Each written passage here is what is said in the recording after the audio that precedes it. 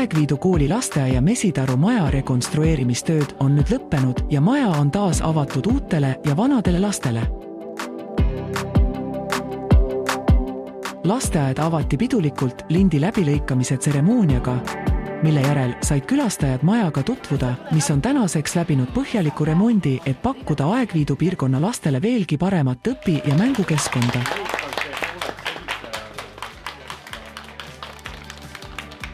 Tänulikkust oli tunda nagu hommikust udu, mis kattis kogu Aegviidu oma pehme tekiga.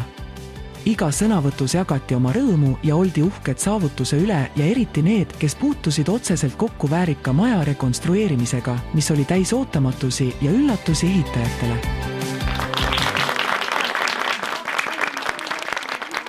Pidulikul avamisel osalesid ka Anija vallavalitsuse liikmed ja volikogu esimees Jaanus Kalev, kes säras lootusrikkalt ja tunnustas Aegviidu kooli lasteaeda Anija valla lipu kinkimisega. Personali koha pealt suur aitäh, et te selle kõva mesilaste sülemite liigutamisega hakkama saite. Ja nautige oma uut vast renoveeritud maja.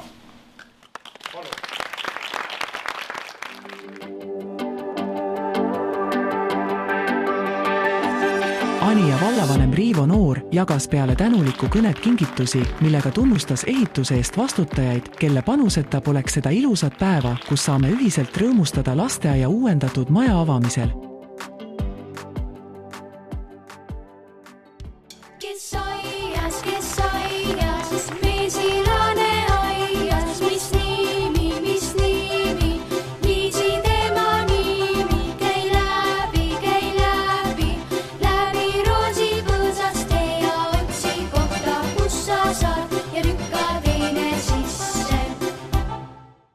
Peale majaga tutvumist koos Aegviidu koolijuhi Annike Soodlaga lõigati lahti pidupäeva tort, mida jagati ka lastega, kes tundsid ennast hoitud ja turvaliselt maja taga mängides.